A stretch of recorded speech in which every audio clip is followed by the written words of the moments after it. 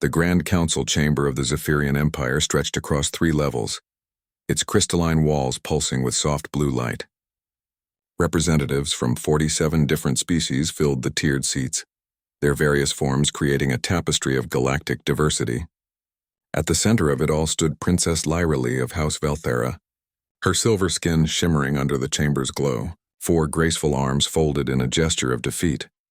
"The evidence is overwhelming," declared Chancellor Thrax, his insectoid mandibles clicking with satisfaction. "The mining rights to the Kepler Nebula legally belong to the Hegemony Collective. Princess Lyralee's claim, while noble in sentiment, lacks the proper documentation required by galactic law." Lyralee's large violet eyes swept across the assembly.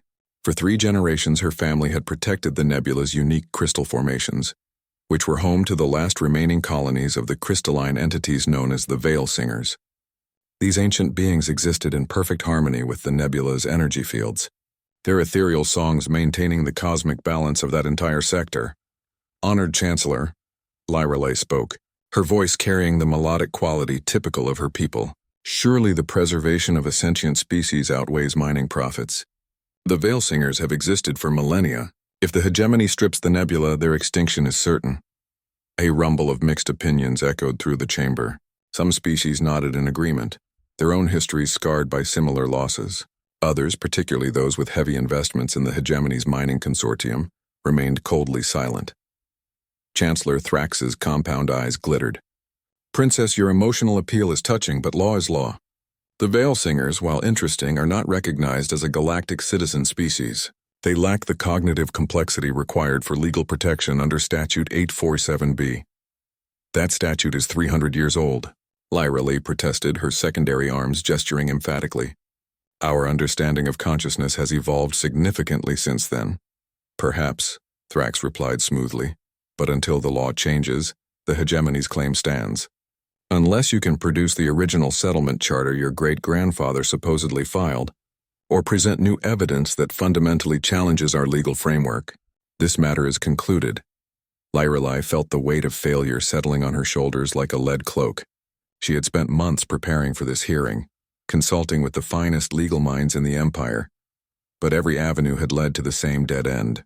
The original charter had been lost in the Archives fire 50 years ago, and without it, her family's guardianship of the nebula held no legal weight. The princess looked up at the observation gallery, where a small group of humans sat quietly.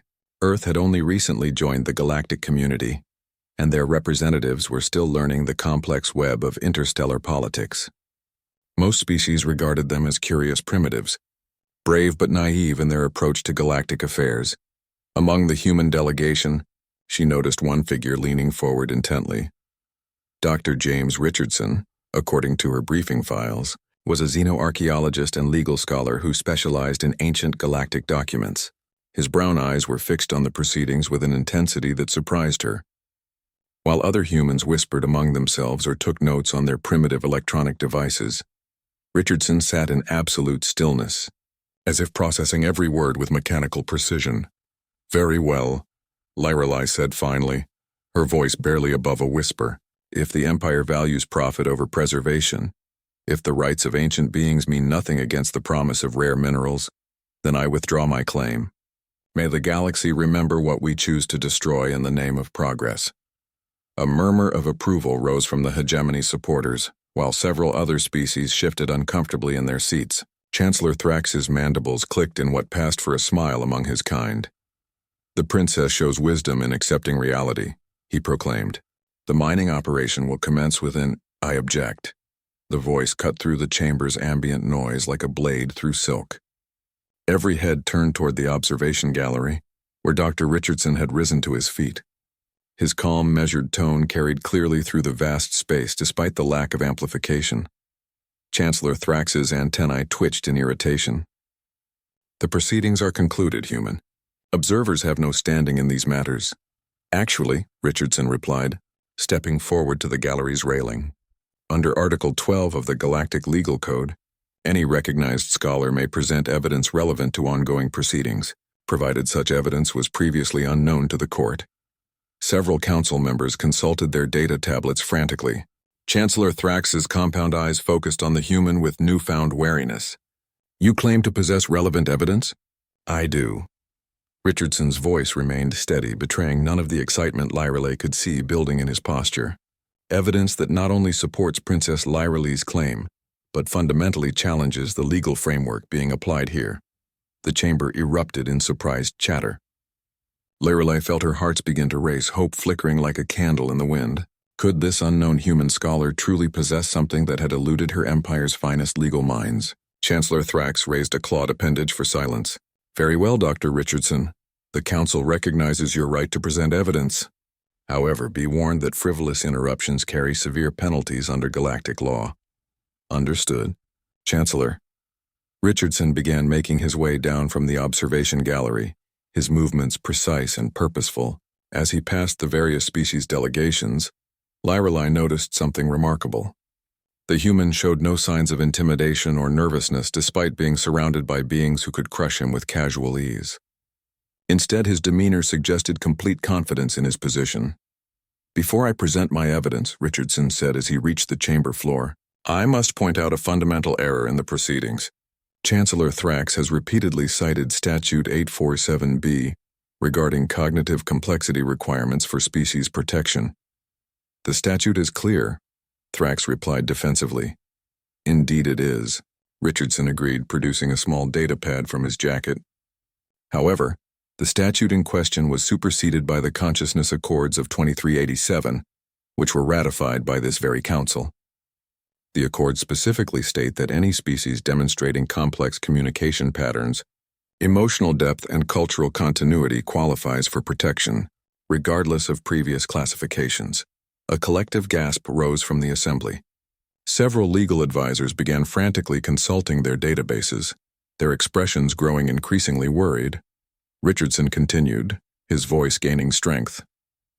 Furthermore, the Veil Singers were actually granted preliminary protected status under these accords, a fact that seems to have been conveniently overlooked in today's proceedings. Chancellor Thrax's mandibles clicked rapidly, a sign of extreme agitation among his species. Where is your proof of this claim, human? Richardson smiled, and for the first time, Lyreley saw the predatory intelligence that lurked beneath his scholarly exterior. I'm glad you asked, Chancellor, because what I'm about to show this council will change everything. Dr. Richardson activated his datapad, and a holographic display materialized above the chamber floor.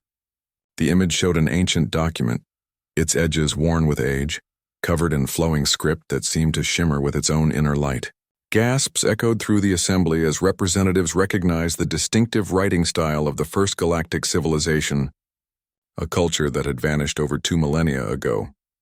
This, Richardson announced, his voice carrying to every corner of the vast chamber, is the original Nebula Sanctuary Decree issued by the First Galactic Council in the year 847 of the old calendar. It predates any mining rights claims by nearly 2,000 years. Chancellor Thrax's compound eyes focused intently on the hologram. Impossible. The first civilization's archives were destroyed during the Great Collapse. No documents from that era survive intact.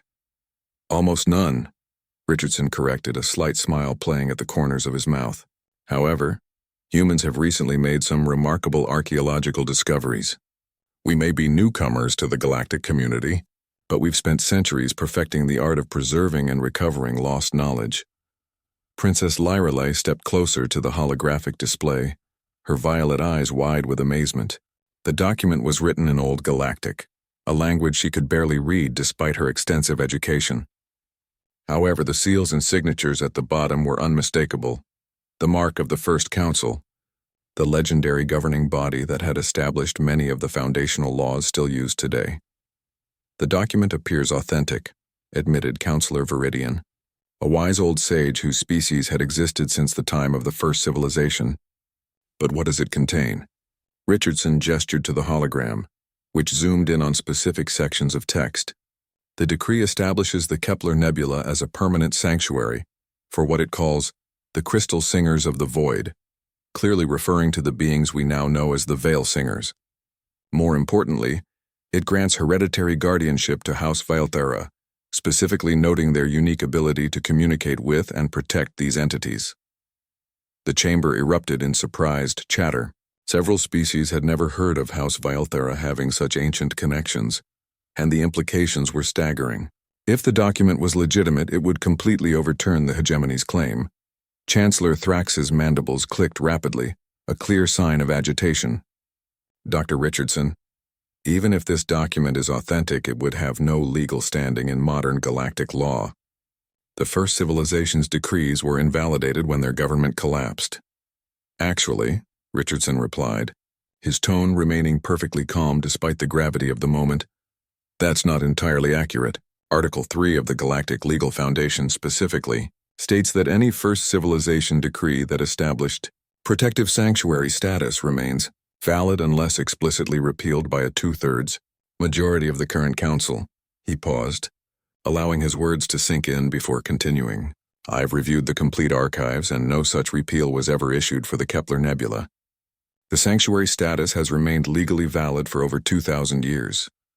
Princess Lyralee felt her heart's racing as hope began to build within her. Could it really be this simple? Had the solution to her people's greatest crisis been sitting in an ancient archive all along? But Chancellor Thrax wasn't finished. Even assuming the document's authenticity and legal validity, you would need to prove that Princess Lyralee is indeed a descendant of the original Guardians. Bloodlines can be difficult to trace over 2 millennia. Richardson nodded as if he had been expecting this challenge. Fortunately, the Vylthera family has maintained excellent genealogical records. Additionally, the decree contains a specific provision for verifying legitimate heirs.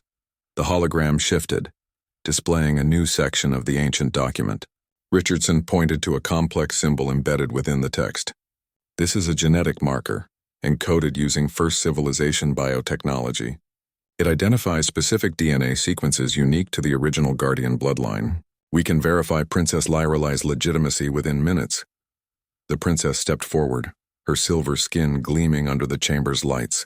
I consent to the genetic verification, she declared, her melodic voice carrying clearly through the assembly. A medical technician from the Neutral Mediation Corps approached with a portable scanner. The device hummed softly as it analyzed Lyralee's genetic structure, comparing it to the encoded patterns within the ancient decree. The waiting seemed to stretch for an eternity, with hundreds of beings holding their breath in anticipation. Finally, the scanner chimed with a clear, positive tone. The technician looked up from the device, her expression one of amazement. The genetic markers matched perfectly. Princess Lyralee is confirmed as a direct descendant of the original Guardian lineage. The chamber exploded in surprised voices and clicking mandibles. Some species cheered while others engaged in heated, whispered debates. The hegemony's representatives looked thunderstruck, their carefully planned mining operations suddenly thrown into legal chaos. But Richardson wasn't finished. There's more, he announced, his voice cutting through the noise. The decree contains additional provisions that I believe this council will find very interesting. The hologram shifted again, revealing another section of the ancient document. Richardson's expression grew more serious as he prepared to deliver what Lyralee sensed would be his most important revelation yet. The first civilization didn't just establish the Vylthera family as guardians, he explained. They also encoded specific instructions for what should happen if the sanctuary was ever threatened by those who would destroy it for profit. Chancellor Thrax's antennae twitched nervously. What sort of instructions? Richardson's smile returned, but this time it held a predatory edge that made several council members shift uncomfortably in their seats. The decree authorizes the Guardians to invoke something called the Trial of Worthiness. Any species or organization that challenges the sanctuary's protected status must prove their moral and intellectual superiority over the current Guardians through a series of tests designed to demonstrate their fitness to make decisions about the nebula's future. The implications hit the chamber like a shockwave. If the hegemony wanted to proceed with their mining operation, they would have to face these ancient trials. The alternative would be to withdraw their claim entirely. Princess Lyralee looked at the human scholar with newfound respect and gratitude. In the span of minutes, he had transformed her certain defeat into a potential victory. But she also recognized that the real battle was just beginning. Chancellor Thrax's compound eyes glittered with barely contained fury. Dr. Richardson, you seem remarkably well informed about documents that supposedly haven't been seen for 2,000 years. How exactly did humans come to possess this knowledge? The question hung in the air like a challenge. Every being in the chamber turned to look at the human scholar, waiting for his response. Lyreley could see that Richardson had anticipated this moment, and she wondered what other surprises he might have in store. That, Richardson replied with a mysterious smile, is where things get really interesting. Richardson stepped closer to the center of the chamber, his presence commanding attention despite his relatively small stature compared to many of the assembled beings. 3 months ago, human archaeologists made an unprecedented discovery on a dead world in the Outer Rim territories. We found something that every galactic civilization has been searching for since the Great Collapse, an intact First Civilization archive facility. The chamber fell into absolute silence. The discovery of intact First Civilization technology was the holy grail of galactic archaeology. Dozens of species had spent centuries searching for such a find, only to uncover fragments and ruins. The facility was hidden beneath kilometers of crystallized lava, on a world that appeared completely lifeless from orbit. Richardson continued. Only human deep-core mining techniques allowed us to detect the artificial structures below the surface. When we breached the facility, we discovered something remarkable. The entire complex had been in perfect stasis for over 2,000 years. Princess Lyreley watched as representatives from various species leaned forward in fascination. The technological implications alone were staggering, but the legal ramifications could reshape galactic civilization. Chancellor Thrax's mandibles clicked nervously. Even if such a facility exists, human claims to its contents would be disputed by senior galactic powers. Earth lacks the legal standing to— Actually, Richardson interrupted smoothly. The facility was discovered in unclaimed space, making it legitimate salvage under interstellar law. More importantly, the archive's AI systems were still functional, and they contained specific instructions about the dissemination of their knowledge. The holographic display shifted, showing the image of an ethereal translucent figure, clearly artificial but possessing an otherworldly grace that marked it as First Civilization technology. When it spoke, its voice carried harmonics that seemed to resonate in the bones of every being present. I am Archive Curator Synthesis 7, Guardian of the Eternal Codex. My creators foresaw the eventual collapse of our civilization and programmed me to preserve critical knowledge for future generations. The documents and technologies contained within this archive are to be shared freely, with any species demonstrating the wisdom to use them responsibly. Richardson nodded toward the holographic AI. Synthesis 7 provided us with access to thousands of legal precedents, scientific discoveries, and historical records. The Nebula Sanctuary Decree was just one document among many, but when I learned of Princess Lyreley's situation, I knew it was vital to share this information. The AI continued speaking, its ethereal voice filling the chamber. The humans have proven themselves worthy custodians through their careful preservation efforts and their commitment to sharing knowledge rather than hoarding it. They represent the ideals my creators hope to see in future civilizations. Several council members exchanged significant glances. The endorsement of a First Civilization AI carried immense weight in galactic society. Such entities were considered the closest thing to divine authority that most species recognized. Chancellor Thrax, however, wasn't ready to concede defeat. This is all fascinating, but the legal reality remains unchanged. Even with these ancient documents, the hegemony has invested billions of credits in preparing for the mining operation. Canceling now would cause significant financial hardship. Hardship for whom? Princess Lyreley interjected, her melodic voice carrying a new note of strength. For the corporations that see the universe as nothing more than raw materials to be consumed? What about the hardship of an entire species facing extinction? She moved to stand beside Richardson, drawing courage from his unwavering confidence. The Veil Singers have existed in harmony with the nebula for millions of years. Their songs maintain the gravitational stability of 3-star systems. If the mining destroys them, the resulting cosmic disruption could affect dozens of inhabited worlds. The environmental implications hadn't been fully considered before, and several representatives began urgent consultations with their scientific advisors. The Veil Singers' role in maintaining cosmic balance was known but poorly understood, largely because they were so rarely studied. Richardson activated another section of the holographic archive. The first civilization documents contain extensive research on the Veil Singer's environmental impact. They're not just random crystal entities. They're a crucial component of this galaxy's ecological web. Destroying them would be like removing a keystone species from a biological ecosystem. The display showed complex mathematical models and energy flow diagrams that made even the most advanced species scientists lean forward in amazement. The data clearly demonstrated that the Veil Singer's harmonic resonances affected subspace field stability across vast distances. Dr. Kelrani, the Zephyrian Empire's chief scientist, stood from her seat in the upper gallery.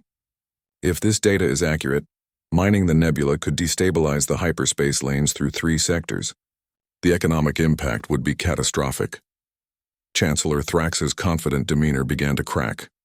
The hegemony's mining operation had been planned based on outdated scientific understanding. If the new data was correct, the environmental risks far outweighed any potential profits. But the human scholar wasn't finished.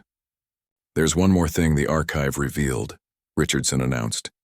"The first civilization didn't just establish the sanctuary to protect the Veil Singers. They were conducting joint research with them, learning to harness their harmonic abilities for faster-than-light communication across galactic distances. The implications hit the assembly like a thunderbolt. Instantaneous communication across the galaxy would revolutionize everything, from trade to diplomacy. Such technology would be worth more than all the rare minerals in a dozen nebulae." "The research was incomplete when the civilization collapsed," Richardson continued, "but the Veil Singers retained the knowledge. According to the archive records, they've been waiting for 2,000 years for someone wise enough to resume the partnership." Princess Lyralee felt a strange tingling sensation, as if the universe itself was shifting around her. "You're saying they've been trying to communicate with us all along?" "Not with us specifically," Richardson replied, "but with any species mature enough to listen, rather than simply exploit. The original Guardian families like yours were chosen because they demonstrated that wisdom." He turned to address the full assembly. "The question before this council isn't really about mining rights or legal technicalities. It's about what kind of civilization we want to be. Do we destroy unique life forms for short-term profit? Or do we preserve them for the knowledge and partnerships they might offer?" The chamber buzzed with intense discussion as representatives considered the revelation's implications. Several species were already calculating the potential value of galactic communication technology compared to simple mining profits. Chancellor Thrax looked increasingly isolated as his supporters began to waver. The political dynamics of the situation had shifted dramatically, and he was running out of options. "Even assuming all of this is true," he said desperately, "the hegemony has legal contracts and financial obligations. We cannot simply abandon our investment without compensation." Richardson exchanged a meaningful glance with Princess Lyralee. "Actually, Chancellor, there might be a solution that benefits everyone involved, but it would require the hegemony to demonstrate the same wisdom and cooperation that the first civilization valued so highly." The princess smiled, understanding beginning to dawn in her violet eyes. The human scholar had done more than simply present evidence. He had offered a path forward that could transform a destructive conflict into something unprecedented in galactic history. Princess Lyralee stepped forward, her forearms moving in graceful gestures as she addressed the assembly. The confidence Richardson had shown was infectious, and for the first time in months, she felt truly hopeful about the future of the Veil Singers. "Honored delegates," she began, her melodic voice carrying clearly through the vast chamber. "Dr. Richardson speaks of wisdom and cooperation, but words alone will not satisfy the hegemony's concerns. I propose we invoke the trial of worthiness as outlined in the first civilization decree." Chancellor Thrax's antennae twitched violently. "Princess, that ancient ritual has never been performed in modern times. We don't even know what it entails." Richardson's smile widened. "Actually, Synthesis 7 was quite helpful in that regard." The holographic archive AI materialized again, its translucent form radiating serene authority. "The trial of worthiness," the AI explained, "consists of 3 challenges designed to test different aspects of advanced civilization. The first trial measures scientific understanding and environmental wisdom. The second evaluates diplomatic skill and cultural empathy. The third assesses moral courage and the willingness to sacrifice for the greater good. The chamber fell silent as delegates absorbed the implications. This wasn't simply a legal proceeding anymore. It was a test of their entire civilization's maturity. The trials are not competitions to be won or lost, Synthesis 7 continued. They are opportunities for all participants to demonstrate growth and understanding. Success comes not from defeating opponents, but from finding solutions that benefit everyone involved. Dr. Kelrani, the Zephyrian scientist, stood again. What happens if we refuse to participate? If we simply maintain the status quo? The AI's expression grew somber. According to the protocols established by my creators, refusal to participate when properly invoked results in automatic forfeiture of all claims to the disputed territory. The sanctuary status becomes permanent and unassailable. Chancellor Thrax's compound eyes focused on Richardson with undisguised suspicion. How convenient that these trials should emerge just when the hegemony is poised to begin mining operations. How do we know this isn't an elaborate deception? Because, Richardson replied calmly, the trials apply to everyone, including Princess Lyra Lee and the human delegation. We're all being tested here, not just the hegemony. He gestured toward the holographic display, which now showed detailed protocols for conducting the trials. Moreover, the tests will be administered by Synthesis 7 itself, using first civilization technology that cannot be falsified or manipulated. Every action will be monitored and evaluated by completely objective standards.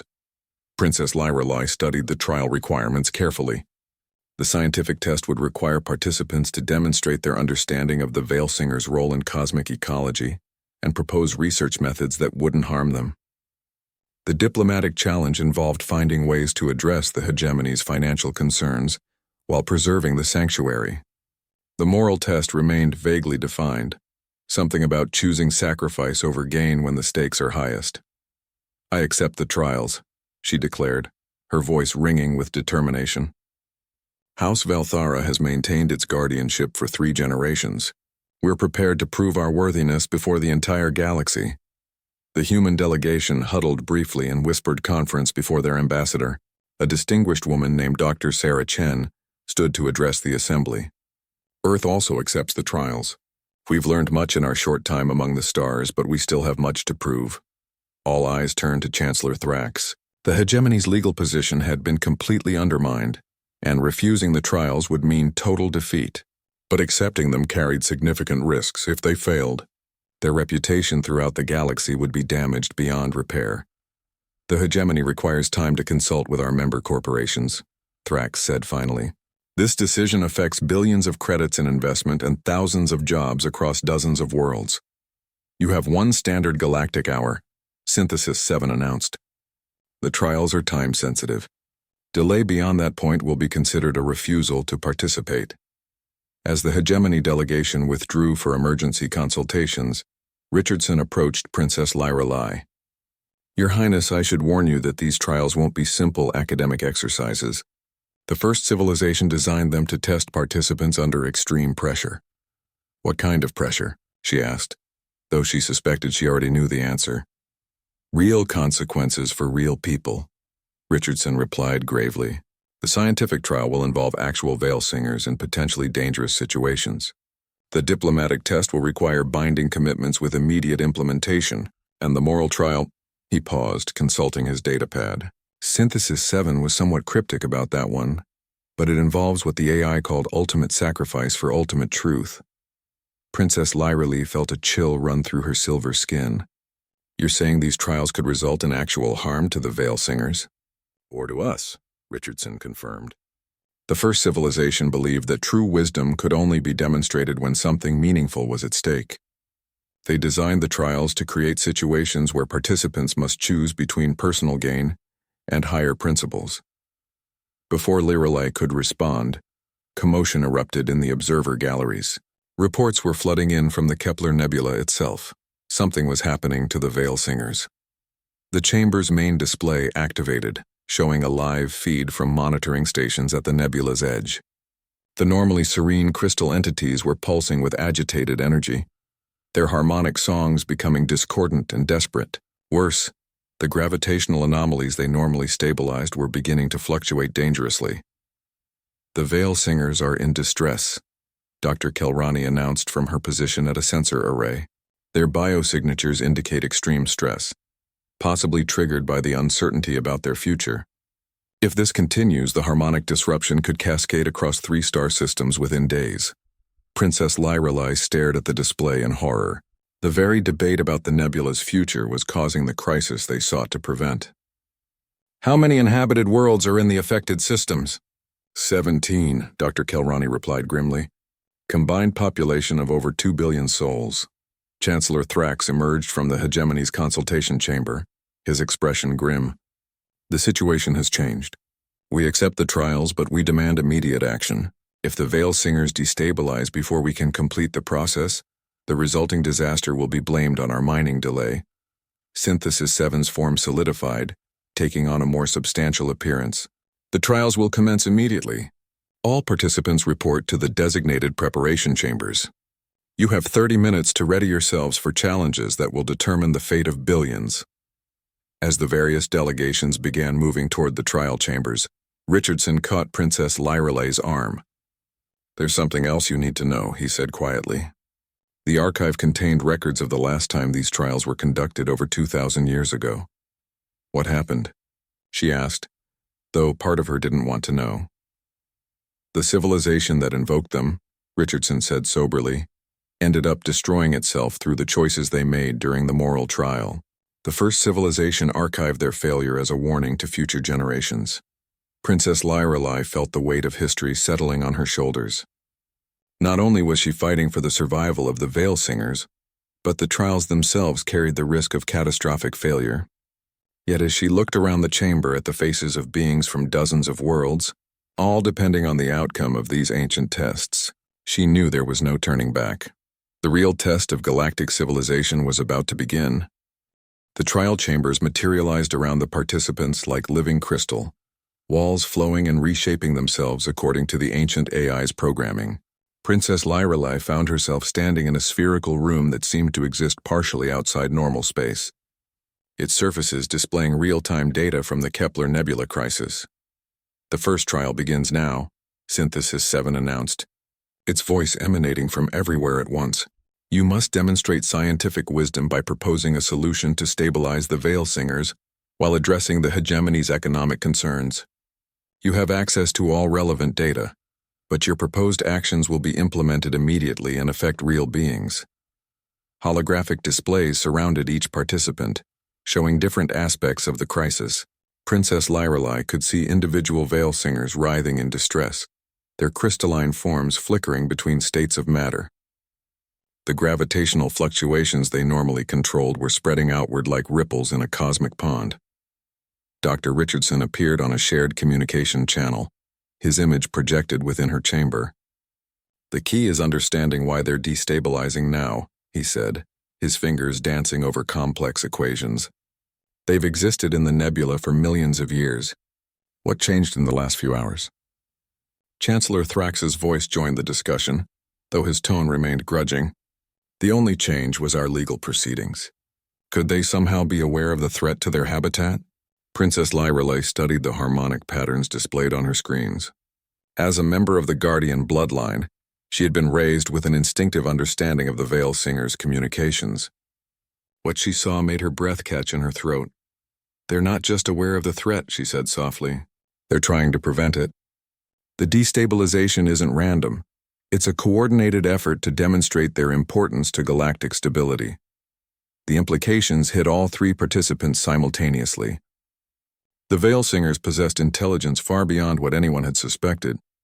They were deliberately creating a crisis to force the galaxy to recognize their value as more than mere curiosities. If they're truly intelligent, Richardson said, his excitement evident even through the holographic projection, then they might be willing to cooperate with research efforts rather than simply being studied. But how do we communicate with them directly? Thrax demanded. Our attempts at contact have always failed. Princess Lyrelei closed her eyes, reaching out with senses she had never fully trusted before. The Guardian bloodline supposedly carried genetic modifications that enhanced empathic abilities, traits that her rational education had taught her to dismiss as superstition. But in this moment, with billions of lives at stake, She was willing to try anything. The universe shifted around her. Suddenly, she could feel the Veil Singer's presence like a vast harmonious consciousness spanning the entire nebula. Their distress washed over her in waves of crystalline emotion. But beneath the fear was something else. Hope, and a desperate desire to be understood. "They're trying to tell us something," she whispered, her voice carrying across all the trial channels. "They want to help, but they need us to stop seeing them as subjects to be studied and start treating them as partners." Synthesis 7's voice took on a note of approval. Princess Lyrelay demonstrates the first aspect of wisdom, recognizing consciousness in unfamiliar forms. Dr. Richardson, your proposal for communication protocols shows scientific insight. Chancellor Thrax, what is your contribution to this solution? Thrax's mandibles clicked rapidly as he processed the new information.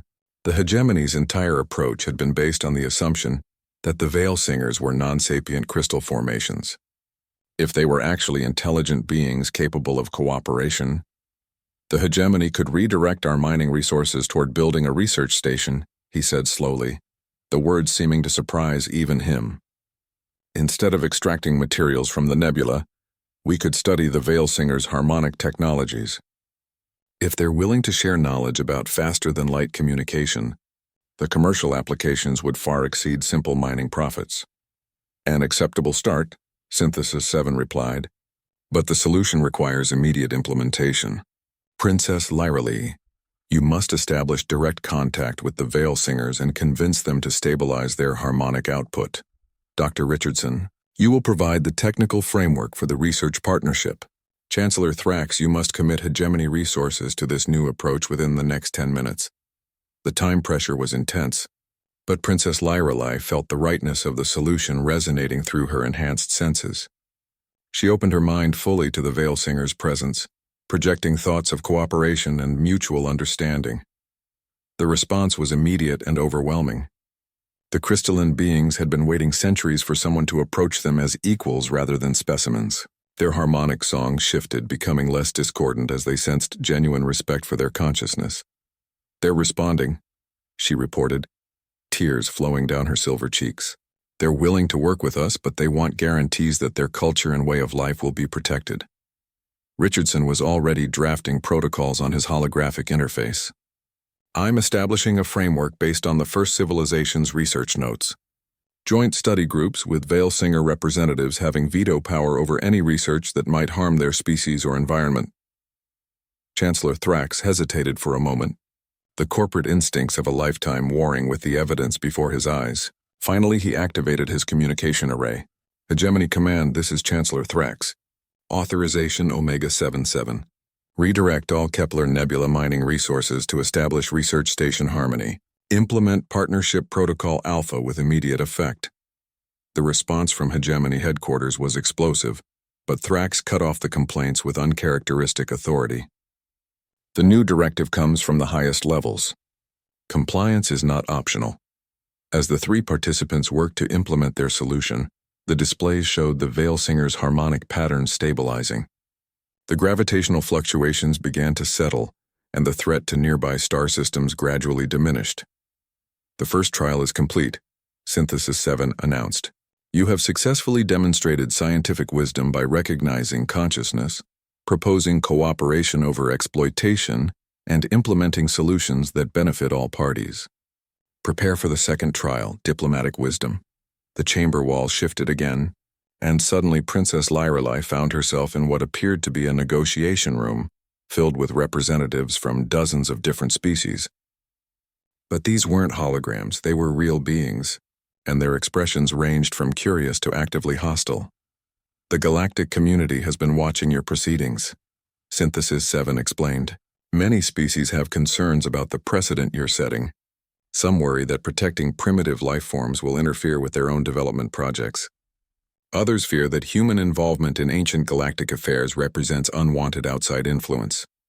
You must convince them that your solution serves the greater good." The second trial had begun, and Princess Lyrelay realized that saving the Veil Singers was only the beginning.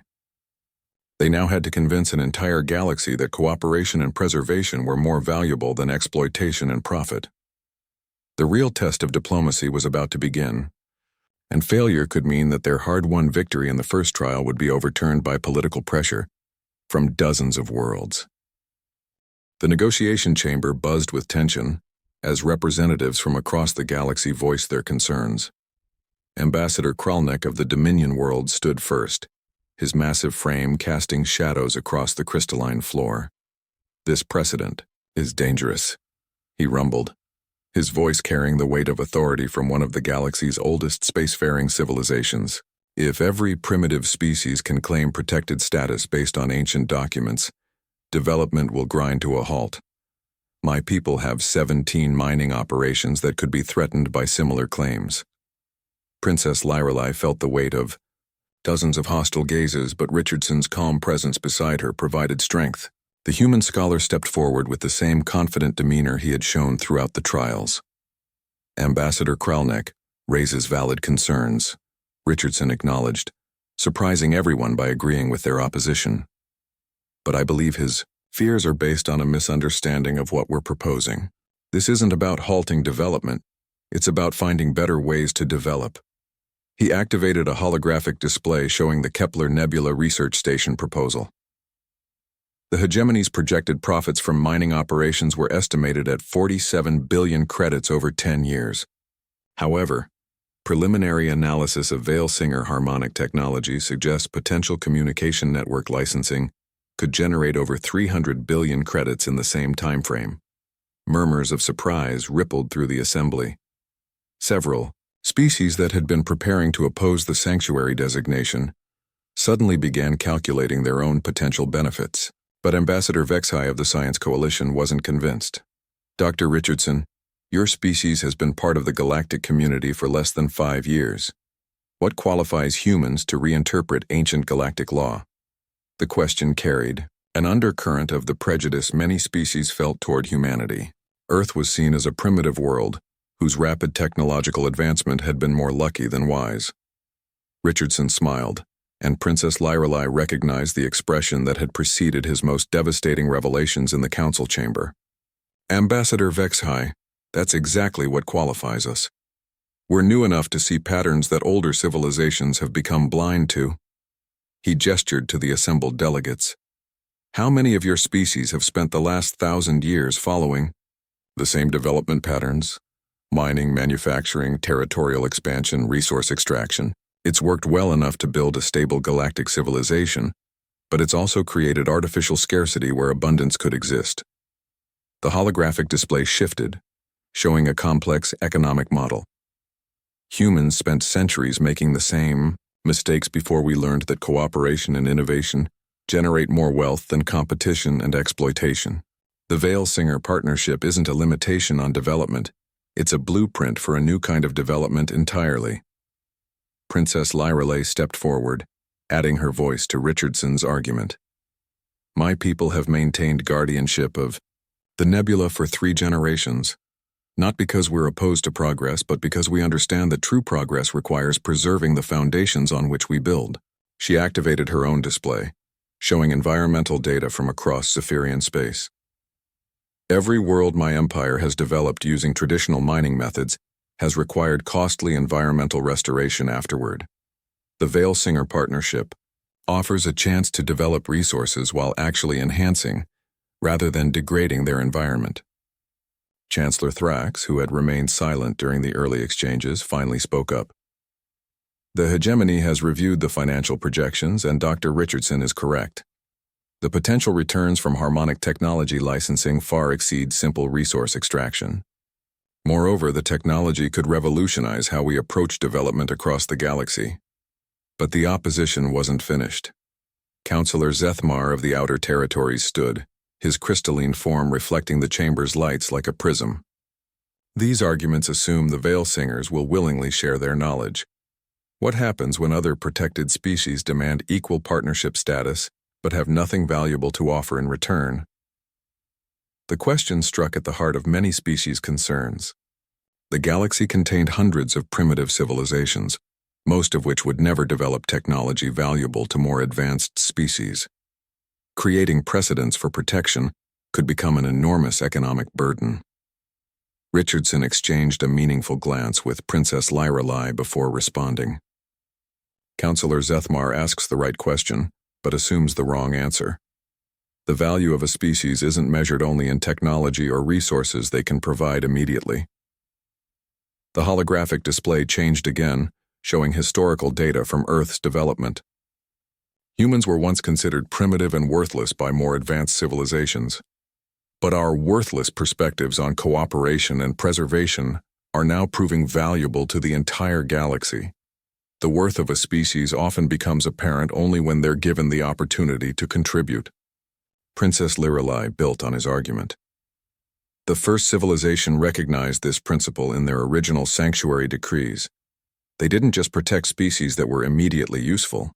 They protected species with potential for growth and contribution. The Veil Singers have waited 2,000 years for the right partners. How many other species might be waiting for their chance to contribute? Synthesis 7's voice interrupted the debate. The participants demonstrate growing diplomatic wisdom, but the trial is not complete. You must address the core concern underlying all opposition, the fear that protecting one species will create obligations to protect all species, regardless of cost or benefit. The AI's projection became more solid, its ancient features showing something that might have been approval. How do you establish criteria for protection that balance preservation with practicality? The challenge was enormous. They needed to create a framework that would protect deserving species without creating an impossible burden for galactic civilization.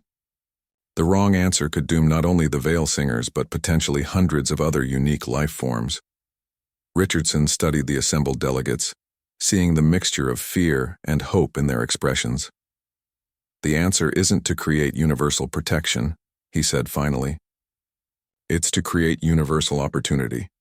He activated a new display showing a proposed revision to galactic law. Instead of automatic protection for all species, we establish a system where any civilization can request partnership evaluation. Those that demonstrate unique capabilities or potential contributions receive protection and support. Those that don't receive assistance in developing their own potential. It's a merit-based system, Princess Lyrelei added, understanding the brilliance of Richardson's proposal. Species earn protection by proving their value to the galactic community, but they're given genuine opportunities to do so, rather than being dismissed out of hand. Chancellor Thrax nodded slowly. The hegemony could support such a system. It provides protection for valuable species while maintaining incentives for development and contribution.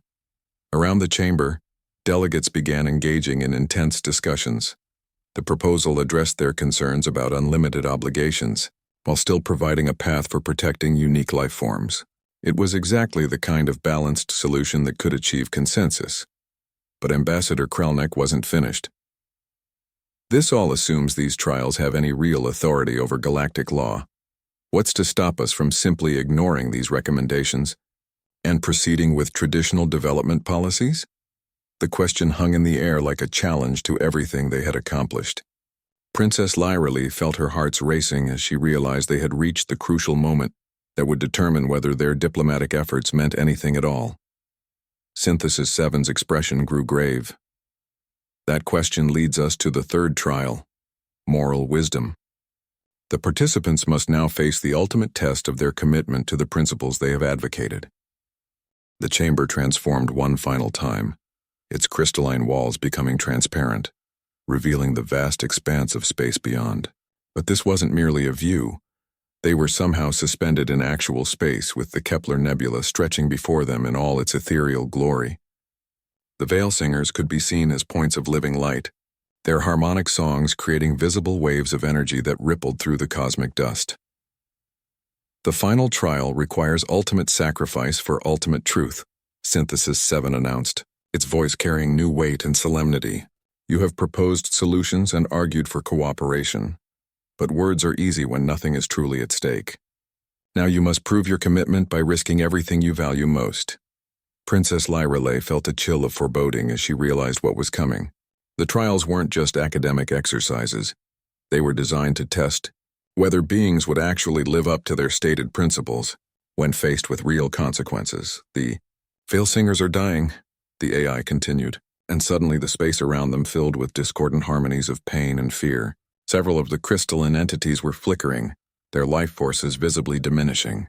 The stress of the crisis has pushed their oldest members beyond their limits. They require immediate intervention, but the only way to save them demands personal sacrifice from each trial participant. 3 separate viewing ports appeared before Richardson, Princess Lyrelei and Chancellor Thrax, each showing a different aspect of the crisis. Through her window, Lyrelei could see the ancient singer, the oldest and wisest of the Veil Singers, its massive crystalline form beginning to fracture from the strain of maintaining stability. Princess Lyrelei, Synthesis 7 said, "You can save the ancient singer by establishing a permanent psychic link with it. Your guardian bloodline carries the genetic modifications necessary for such a connection. However, the link will bind you to the nebula forever. You will never be able to leave, and your consciousness will gradually merge with theirs over the course of centuries. Your individual identity will eventually be lost." Lyrelei stared at the dying entity, feeling its ancient wisdom and infinite sadness through her enhanced empathic abilities. The ancient singer had lived for over 3 million years, accumulating knowledge that could benefit the entire galaxy. Its death would be an irreplaceable loss. "Dr. Richardson," the AI continued, "you can stabilize the harmonic network by integrating human neural patterns with first civilization technology. The process will enhance your mental capabilities 1,000-fold, allowing you to serve as a living bridge between organic consciousness and artificial intelligence. However, the transformation will make you unable to relate to normal human emotions and experiences. You will become something beyond human, isolated from your own species forever." Richardson looked through his viewing port at the failing harmonic network, calculations racing through his mind. The technological integration would allow him to unlock secrets that could advance galactic civilization by millennia. But the personal cost was staggering.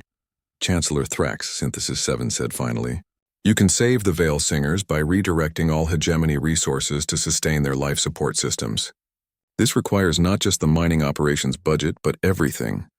The hegemony's entire economic foundation. You must dissolve the corporate structure that has defined your civilization for centuries, redistributing its wealth to fund the preservation effort. Your people will be reduced to a simple agrarian society, giving up their technological advantages forever." Thrax's compound eyes focused on the data showing exactly how many Veil Singers could be saved with the proposed resource allocation. It was possible to preserve nearly the entire species, but only by sacrificing everything his civilization had built over the last 500 years. "The choice must be made simultaneously," Synthesis 7 declared. "You cannot coordinate your decisions or negotiate alternative solutions. Each of you must choose whether your stated principles are worth the ultimate personal sacrifice." Princess Lyrelei closed her eyes, feeling the weight of destiny settling around her like a cloak. Through her psychic connection, she could sense the ancient singer's thoughts, not words, but pure concepts of love, wisdom, and hope for the future. The entity wasn't asking for her sacrifice, but she could feel its gratitude for her willingness to consider it. But as she reached toward the psychic link, another presence touched her mind. Dr. Richardson was projecting thoughts across the space between them, using some technique from the First Civilization archives. His mental voice was clear and determined. "There's another way," he communicated silently. "The trials aren't about individual sacrifice, and they're about collective wisdom. The First Civilization failed because they tried to solve problems alone instead of working together." Princess Lyrelei opened her eyes, understanding flooding through her. The real test wasn't whether they would sacrifice everything for their principles, but whether they could find solutions that honored those principles without requiring ultimate personal loss. "Synthesis 7, she called out, her voice carrying clearly through the cosmic void. "I request clarification. The ancient singer is dying because it's bearing the full burden of stabilizing the harmonic network alone. But what if that burden were shared?" The AI's expression shifted, showing something that might have been approval. "Explain your reasoning, Princess." "The Guardian bloodline wasn't meant to replace the Veil Singers," she continued, her thoughts racing. "It was meant to support them. Instead of me forming a permanent link with one entity, I could form temporary links with many, distributing the stabilization load across the entire network." Richardson picked up the thread of her reasoning. "And the neural integration doesn't have to be total. Instead of completely transforming myself, I could serve as a voluntary interface, maintaining my humanity while temporarily accessing enhanced capabilities when needed. Chancellor Thrax's mandibles clicked rapidly as he processed their approach. The hegemony doesn't need to dissolve entirely. We could transform our economic model from pure extraction to sustainable partnership, reallocating resources gradually while maintaining our technological base. Synthesis 7's ancient features showed unmistakable approval. You demonstrate the highest form of moral wisdom, the recognition that true sacrifice isn't about losing everything for others, but about finding ways to preserve what matters most for everyone. The AI gestured toward the viewing ports, where the Veil Singer's condition was already beginning to improve. Implement your solution. Working together, the three participants began the most complex cooperative effort in galactic history.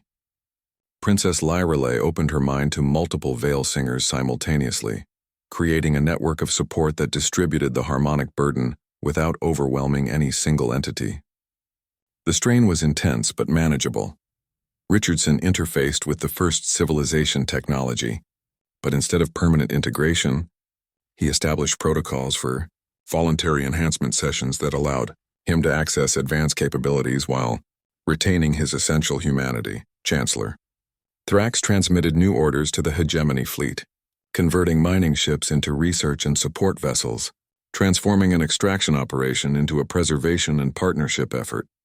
As their combined efforts took effect, the Veil Singer's harmonic songs shifted from discord to a complex, beautiful symphony that resonated across the nebula. The gravitational anomalies stabilized, and the threat to nearby star systems disappeared entirely.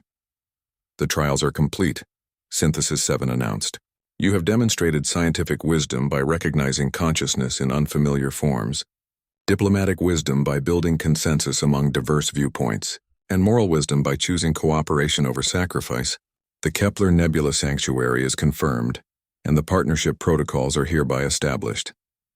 As the chamber returned to its normal state, Princess Lyrelei found herself surrounded by representatives from dozens of worlds, all eager to discuss the new paradigm for galactic development. The precedent they had set would influence policy for generations to come. Dr. Richardson approached her, his expression mixing exhaustion with triumph. Your Highness, I believe we've started something that will change the galaxy forever. She smiled, feeling the continuing presence of the Veil Singers in the back of her mind, not as a burden, but as a constant reminder of the wisdom that came from preserving rather than destroying. Dr. Richardson, I think you're absolutely right. The alliance between humans, Zephyrians, and Veil Singers would become the foundation for a new age of galactic civilization, one based on cooperation, preservation, and the recognition that the universe's greatest treasures often came in forms that initial observation couldn't appreciate. The trials had ended, but the real work was just beginning.